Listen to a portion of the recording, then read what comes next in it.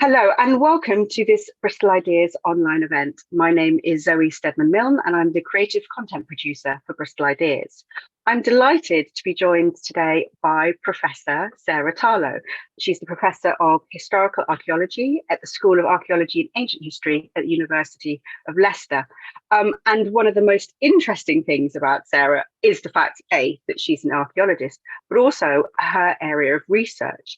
And this is something that I didn't really knew existed in the field of archaeology, but this idea of looking at of emotion and the role that it can play in archaeology. And I suppose, Sarah, one of the things we can talk about first, I suppose, is your job, because I think it is fascinating to a lot of us sort of normal people out there that sort of, when we think of archaeology, we have very, Indiana Jones, time team, and that's probably the level of the knowledge that most of us have. But would you like to tell us a little bit about your job and your area of research, and then we can talk about the book?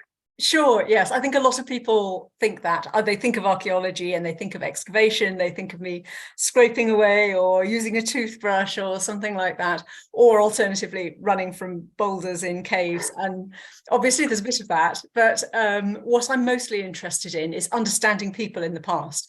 And for me, what archaeology is the project of understanding people in the past and using all the evidence that's available. So some of that will be excavation, some of that will be using scientific evidence in a laboratory, some of it will be using documentary sources like a historian.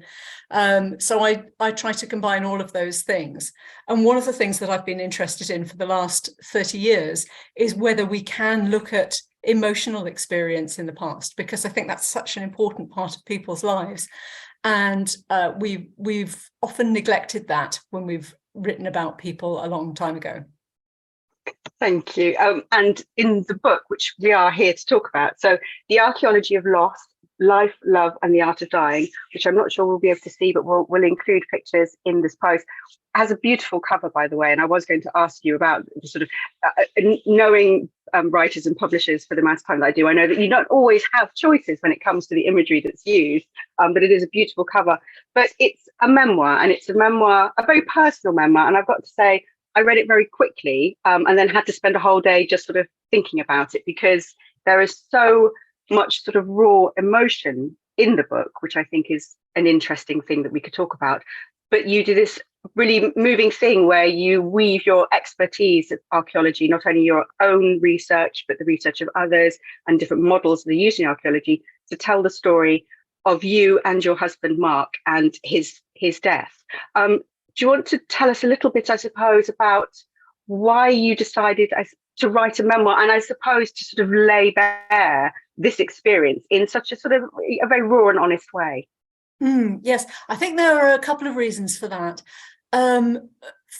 First of all, I was angry about the way that Mark died, which I think we'll probably talk about a little bit more in a moment, but because he ended up taking his own life because of the state of the progression of his disease, and because he did that on his own, because he felt he couldn't tell me, he was trying to protect me from the law, so he died on his own, and I felt angry and upset about that. And I remember about 2 weeks after he died, I was having coffee with a friend and I was expressing that feeling, and she said to me, "One day when you're ready, you're going to write about this."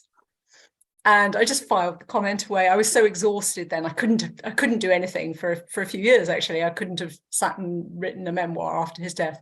But then a little bit later, I always wanted to do that. So I decided I was going to give it a go. And the other reason was I wanted to see if I could write a piece of literature, because I've written a lot of books, but they've all been academic books with references and footnotes and so on. And that's a very particular, quite a constrained style. So I thought it would be an interesting experience for me to see if I could write in a different way. So it was both to try to produce a book that would be a piece of literature, and because I wanted to tell Mark's story, because I still feel passionate and I still feel angry about what happened to him. And that very much comes through in the book. I suppose one of the things that really struck me is how you are sort of very critical of yourself throughout the entire book, and you're quite honest with what you see as where you feel you fell short in your I hate to sort of say it, but it's that sort of idea that you feel you fell short in the way that you cared for him, despite the fact that I think many of us who've had experiences of sick family members, again, I think that's when you read books like this, you can sort of, you can feel your own experience within it.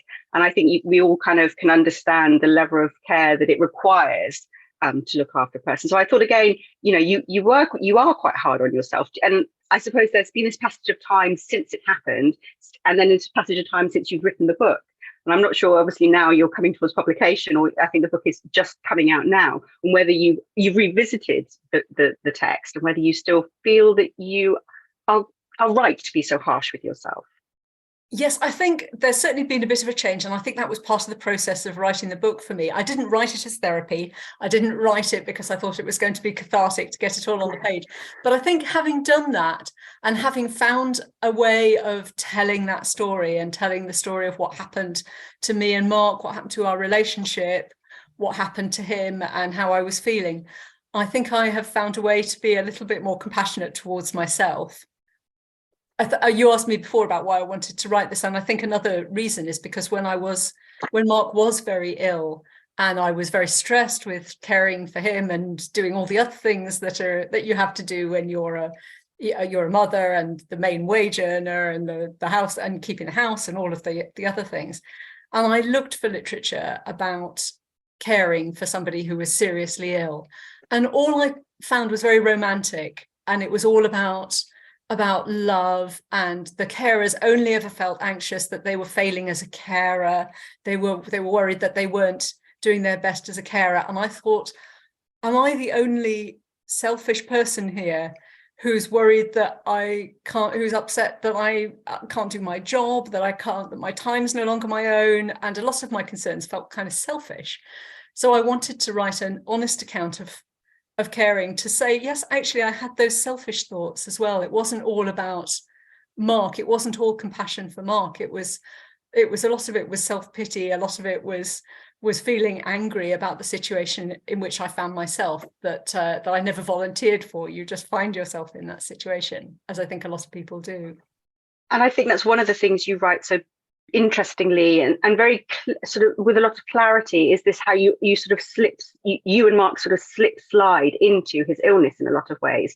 And although it is over, I think it's a 4-year period, you kind of really generate this feeling of how this illness sort of furls almost in your lives. And it's really difficult, because obviously we don't want to spoil the story too much, but it is essentially an illness that neither of you were able really ever to come to grips with, because you didn't get a diagnosis. And I think you write I think that's quite an important part of the story, because it's this idea that and especially in your research, where you've had these sorts of opportunities to see how people in the past could prepare for death in a lot of ways, but you and Mark in a way couldn't, the way you would have liked. That's right. Yes, I think we knew he was ill, and there was no disputing that. It wasn't one of those situations where the doctors couldn't find anything that was wrong. There was a lot that was wrong, or what we didn't know was what was causing it. And because we didn't know what was causing it, we didn't have a prognosis. So nobody ever said, Mark's going to die, or Mark's going to get better. So we didn't quite know where we were going with the illness. And I think for that reason, and because there was no diagnosis, we missed out on having the protocols, the support groups, the hospice care, all of those sorts of things that you get if you've got terminal cancer or something like that, for example. And that's one of the things you sort of say in the book, that there's almost this sort of hierarchy, isn't there, of sort of illness. And there's a point, I think, in the book where you talk about the different cancers, and how sort of, if you have a cancer that's sort of well known and has sort of treatment paths, you're kind of lucky to have that cancer. And that sort of idea of, there's sort of, you don't want to say sort of competition, but that idea of there are better ways to die, which again I think is a big part of what you're writing about. I think that's right. I can't remember who it was, but there was somebody who was a doctor recently who wrote a piece in which he said he thought dying of cancer was one of the best deaths that you could get. Now, nobody wants to get cancer. You don't want to be told that, and so on. And of course, any of those serious illnesses are horrible things to have. But I think that the point that this doctor was making is that if you have cancer, there's quite a lot available to you to relieve the pain. There's you often know what the course of the disease is likely to be, and there are structures there to help you through it and to ease you into the end of your life.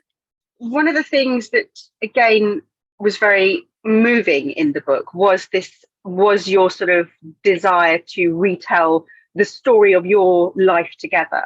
And obviously one of the things in memoir, and again you sort of draw comparisons with archaeology, is this sort of is imperfect. I think you sort of mentioned sort of this idea of imperfect data, and actually you've only got so much to go on, and also that now it's just your memory, because of course Mark is gone, and so you're having to rely on these stories. And I thought the way you likened it to sort of the bits and pieces that you find, for example, sort of on a dig, and then you have to create a story. And I think one of the things I thought was really interesting, this idea of the little happenings, and the little happenings that you use to create a plot, but the plot is something that actually you create in a lot of ways. And I thought it was really interesting the way you sort of talk about creating a plot within memoir, so creating a plot of your own memory in a way. That's right, yes, and I think it is a similar project in a lot of ways. I think I said at one point, I'm excavating my own unreliable memory. Yeah. And that's how it feels, even though it wasn't that long ago. And I think, well, I should be able to remember 10 years ago. But then something comes up and you think, oh, I'd forgotten that. Or you have a conversation with somebody else and you think, oh, that's not how I remember it. I didn't remember that this person said this thing. I have a different memory of that occasion. So now that I think when your spouse dies, there are times you're the only guardian of. And so you're the only person with memories. And so I don't know whether I can be trusted to put this story together, but I've been trying to pull together pieces. And the process of writing the memoir was looking back over journal entries, looking back over some of Mark's medical records that I've got, looking at some photographs and looking at old emails to friends and things, and trying to reconstruct the story out of those traces. But you also talk about items, and this idea of how you can use an item to sort of to tell a story about a time, but also about something that you were going through. And I thought the story of the clippers in particular, I thought was, and again, I think it also adds, which I think comes through in the book, a real sort of a feminist way of telling the story, because actually you are having to deal with the sort of the conflicting of, you're a full-time, you're a professor, you're a full-time, academic, you had 3 children, you had a full life, and at the same time you also still having to work within the constraints of also being the sole sort of the carer, the household manager, and all of those things. But I thought that the Clipper story, do you want to tell us the Clipper story? Because I think yes, that's right. Yeah. So one of the things that we do as archaeologists sometimes is a kind of what we call a microarchaeology, which is like a micro history. It's a term we've borrowed, where you start off with something small at the middle, like an artifact or a site or a place or a detail, and you spiral out from that to bring in as much context as you can, and to use that as a way of telling a richer story about the past. So I thought, actually, I can do something really similar with some of the artifacts that I have. And one of them that I thought I would look at was a hair clipper, the sort of things you use for trimming, usually men's hair, quite short. It's got those little combs of different lengths that you put on the end. So we had these clippers that Mark got from Argos, because he always used to go to the barbers in town, and they used to do £5 walk-ins. So that was quite a cheap thing. And then when they stopped doing that, Mark thought he was quite a cheap sort of man. He was very thrifty. So he thought, rather than pay money to a barber, he's got very simple needs. So he would just get a set of these clippers and I would cut his hair. And so he went ahead and did that. And they were the sort of the center of one of those small bits of marital conflict where you're not going to have a row about this. But at the same time, I felt a little bit resentful because my life was so busy at that time. The children were very young, work was full-time, was very demanding, and all the usual life admin that you do. And then on top of this, Mark wanted me to cut his hair and expected that I would just do this. And it wasn't a big ask, and I did do it, but at the same time, I did it slightly resentfully. And then that went on really for the rest of his life. And I think it also, when I look at the clippers, I recall the different ways in which I approached that, to begin with, when our relationship was still quite a sort of romantic and passionate relationship.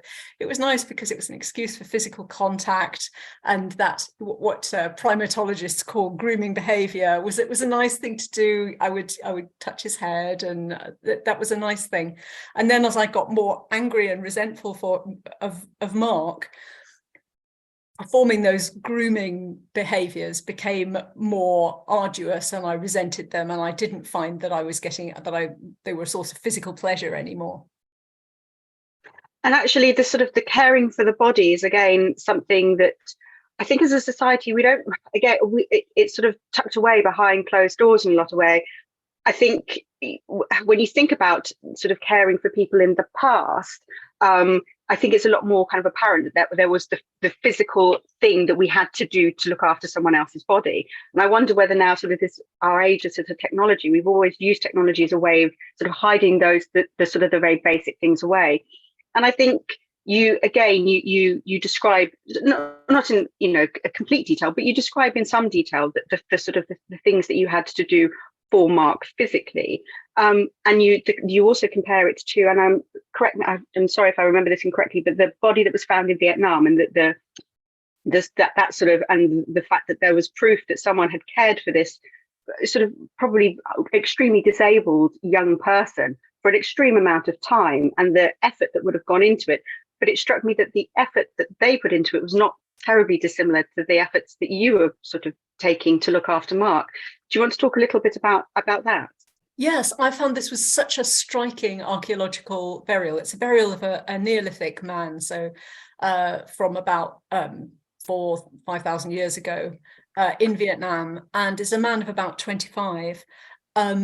And he looks very different to other skeletons. You can see that the long bones of his arms and legs, which should be quite chunky, are actually really thin. And this is because they've wasted away. He had some sort of condition that caused him that would have caused him to be unable to move his legs, probably unable to move his upper body very much either. So it was likely he was quadriplegic, but he managed to survive as a quadriplegic for around 10 years, probably from when he fell ill to when he died. And so that means that somebody or some people must have been caring for him, and the amount of, when you think through all the things that would have required, all the looking after his toileting, keeping him clean, moving him somewhere out of the sun because he couldn't move from sun or from insects or from animals, so they would have had to keep him safe all that time. That was so much work, and I felt a kind of, it sounds a bit corny, but I felt a kind of kinship across the millennia with this unknown person on the other side of the world and 5,000 years ago who was looking after this young man at Man Back, and that's the name of the site.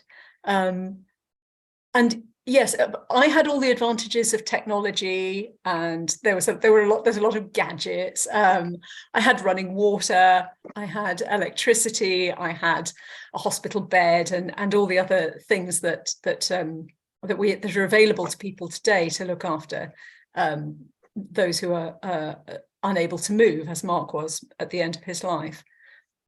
But I suppose what I didn't really have, or what I felt I didn't really have, is much community and much human contact. I was quite isolated doing that.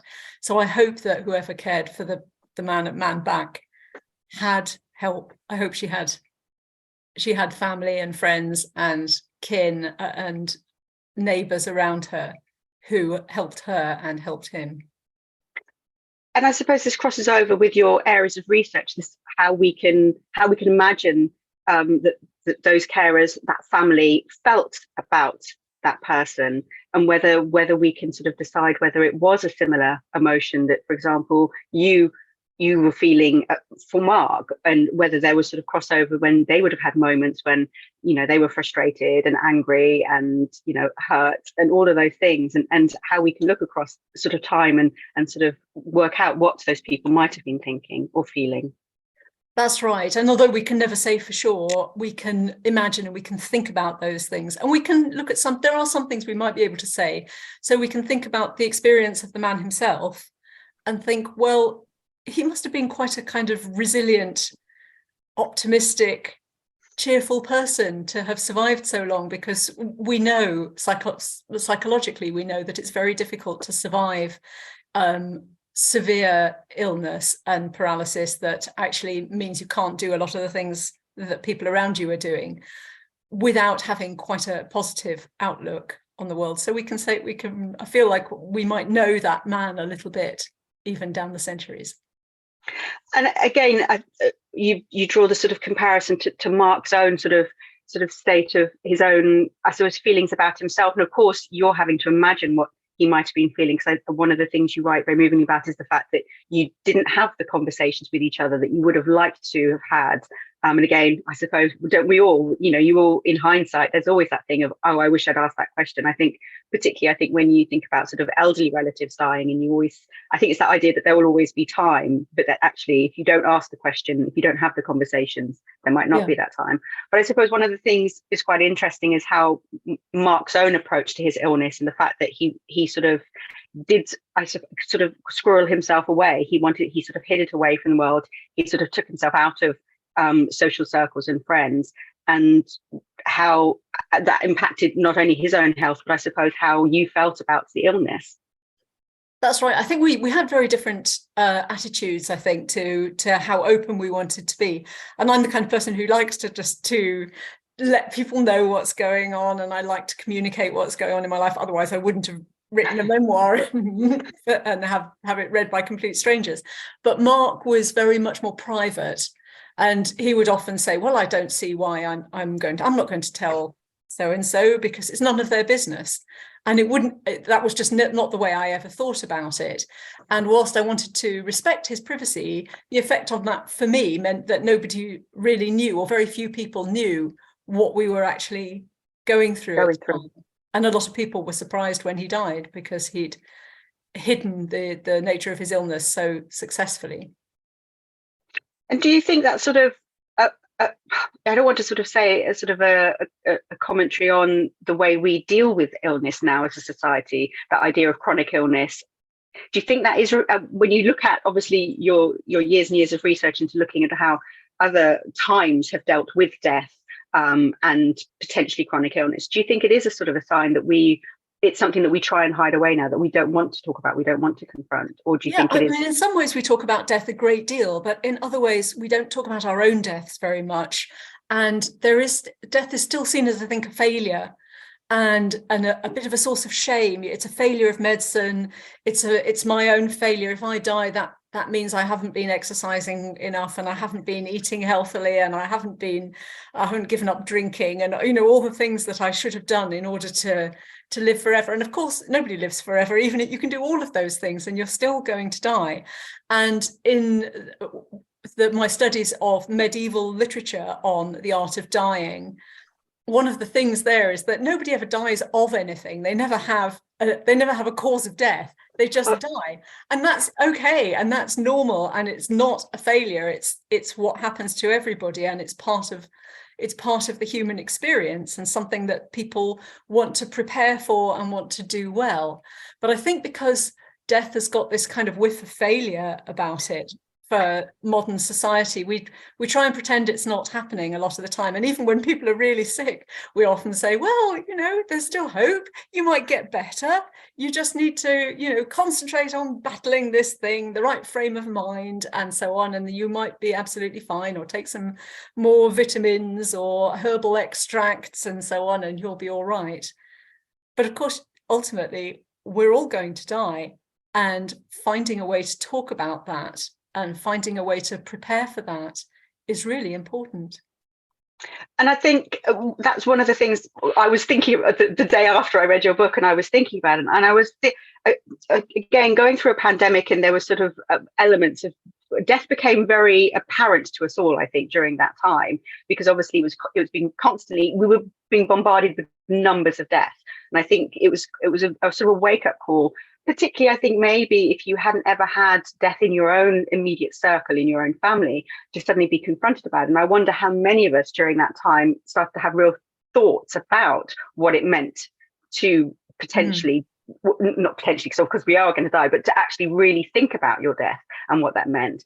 And I suppose one of the other unbelievably interesting things about you is that you're also a celebrant who basically does funerals for people. So you've been sort of talking and thinking and helping people with their own grief prior to.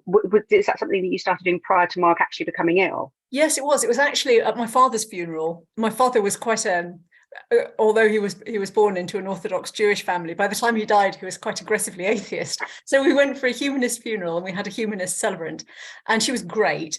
And I remember thinking at the time, this woman, her job is to write and to talk. And I love doing those things. I love writing. I love talking. I'm also really nosy. So here's an opportunity to go into people's lives, find out about a stranger's life.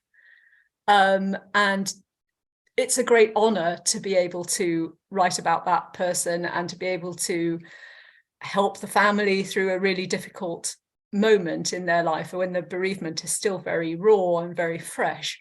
So I've loved it. I've loved being a celebrant and being able to hear people's stories. Everybody's got a story to tell, and it's wonderful to be able to find ways of telling those stories for people. Do you think that was part of maybe when Mark became ill, that why you sort of probably felt sort of quite frustrated by the process? And that because obviously in your working life, in sort of being part of other people's funerals, you kind of you had an idea of what death could be like, or what preparing for death could be like, but almost because you didn't know, or didn't know with any certainty that that's what was coming towards you, that's where a lot of your frustration, I suppose a lot of Mark's frustration, possibly came from. Yes, I think so. I'm the sort of person who quite likes to know what's going on. And when you're an archaeologist, you're always looking back after the fact. So what's happened has happened. And even as a celebrant, what's happened has happened. The person has died. So we're going to make sense of their story, looking backwards over a set of facts and over a set of memories at that point. But with Mark, we were always looking forwards. So I've never found it difficult to talk to the bereaved about their feelings. I've never found that a taboo or a difficult thing to do, but I did find it really difficult to talk to Mark about the prospect of his death in front of us, especially when we hadn't been told that he was definitely going to die. It felt like a bit of a liberty, and it also felt like a bit of a betrayal that I was even imagining his death. It seemed like what I should be doing is just thinking and assuming that he was going to get better. That was the kind of morally correct position to take. So I think that made it difficult for us to talk about what was going to happen to Mark, and he was quite private about it as well. And I think also he was quite an optimistic man by nature, and I think it wasn't really until the very last few months that he really began to think, I'm not going to get better, this isn't going to happen. And I suppose that point, you were both at sort of different points at that stage, where he was obviously, he had started to decide that he didn't want to continue this way. And I imagine that you were probably just, one foot in front of the other, let's just get through the next day. And at that point, you obviously, you went in two different directions. And again, hindsight is this wonderful thing, where obviously now you can think about what he must have been planning or researching and deciding to end his life. At that moment, I suppose it's a difficult one, because again, in the book, you do have these moments where you're asking yourself these sort of questions of what would you have done if you had known that he was planning it. But I suppose again, with this sort of years between it, have your feelings really changed about his decision? I suppose is my question. I always respected his decision. I always understood and I always respected his decision. And it's not the way either of us thought our lives were going to go. But I think given what had happened to him, I absolutely respect what he did. I think it was a marvelously courageous thing to do. And I think in a way, because Mark was quite self-contained, because he didn't emote very freely, that's why he could do it, really. That's why he could do it on his own. As a comment a friend of mine said to me after she'd read the book, she said, I started off kind of cross with Mark because he wasn't very romantic towards you, which he wasn't really. But then she said, I saw then that that's why he could do what he did. That's why he could make this plan and keep it to himself and do this really brave thing on his own and without anybody else around. And my friend said, yeah, I couldn't do that. So, and I don't know that I could do that. But Mark.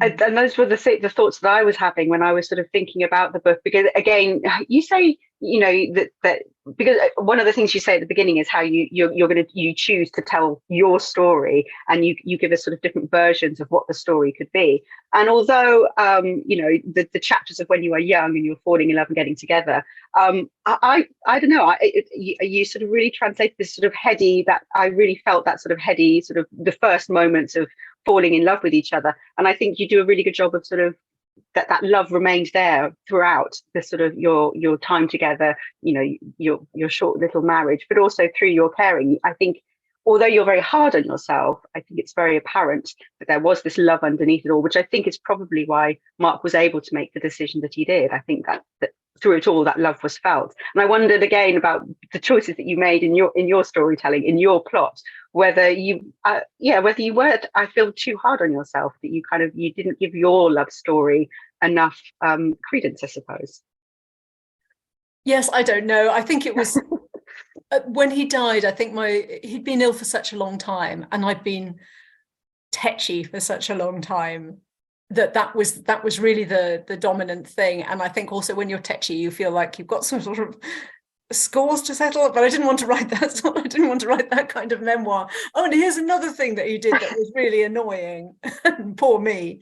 So it wasn't that sort of thing. But yes, I wanted to try to recapture some of those early days, which had been absolutely so heavily overladen and overlain with what happened to us later, that I needed to go back and think, well, what about those first few months when I first knew him, before we were a couple, when he was around?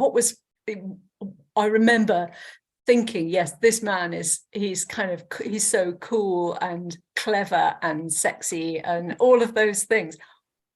I need to get back. I need to recover some of that to explain how I came to be in this relationship, and that there was that there.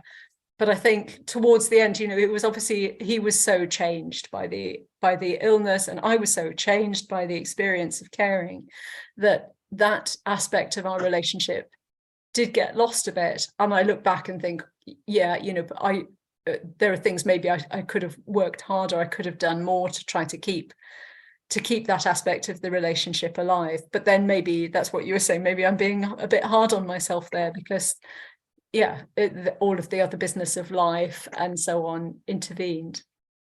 I personally think you are too hard on yourself. You don't know me.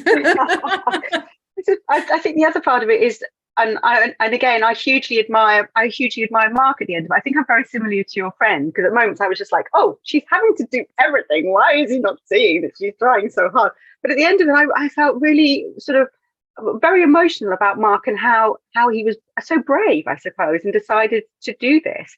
And again, we want people to read the book and then sort of enjoy it the way I got to enjoy it, I suppose. So I don't want to give too much away, but it was really moving, the fact that he planned and made the decision and did it the way he did. And I think that's another part of the book that I hugely admire, is that I think it is a credit. You are sort of giving him that sort of moment to sort of tell his own story of bravery, I suppose. And I think that's quite precious. And I would hope that he would see that in a way.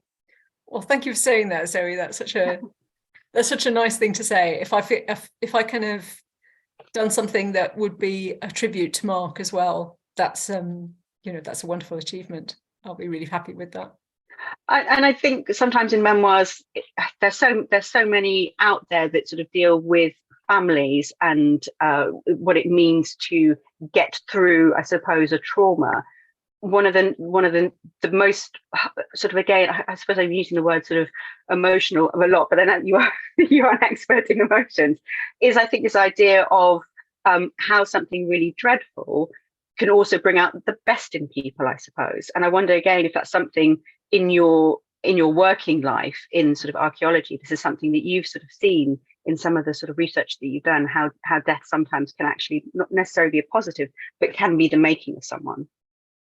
I don't know about whether it's something that I've seen in archaeology, but I think it's something I've been thinking about in the period since he died over these past few years. And I think really the facing death and the illness didn't bring out the best in us. It brought out the worst in us in a lot of ways. And, you know, we weren't ennobled by suffering there.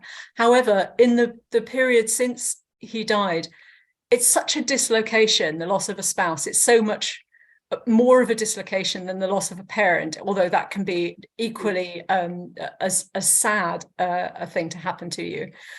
But it changes everything in your life. But at the same time, it is kind of an opportunity to build a new life and to start, okay, well, I have a life now which has a kind of richer texture than I imagined. And I never wanted a life that was all going to be just happy all the way through, and I never expected that. And I feel that actually I've now engaged with such kind of deep emotional experiences that's been quite enriching in a way. Not that I would wish, not that I'm glad this has happened, but it has happened, and the results of it haven't all been negative. Sarah, it was just been so interesting talking to you, and I just want to say thank you again for writing the book. Sometimes when you are in my line of work, you're sent a book, and a book publicist tells you it's about death, but it's really good, and you sort of think, oh, is it though? Yes. Am I just going to be really, really sad? But it was a book that's really, it was terribly moving. I thought it was really interesting and taught me all sorts of things that I hadn't really thought about, especially when it comes to looking and thinking about sort of history. But more importantly, I just thought it was a really human story, and one that, to be honest, I think we can all relate to. And I hope that lots of people will get the chance to read it. So The Archaeology of Loss, the art, life, love, and the art of dying is out now. And I think if you are interested in sort of human stories, thinking about what it means to be alive, I think it's a wonderful book to read and to share with others. Sarah, thank you so much for taking the time to talk to me. I really appreciate it. Well, thank you, Zoe. It's been wonderful.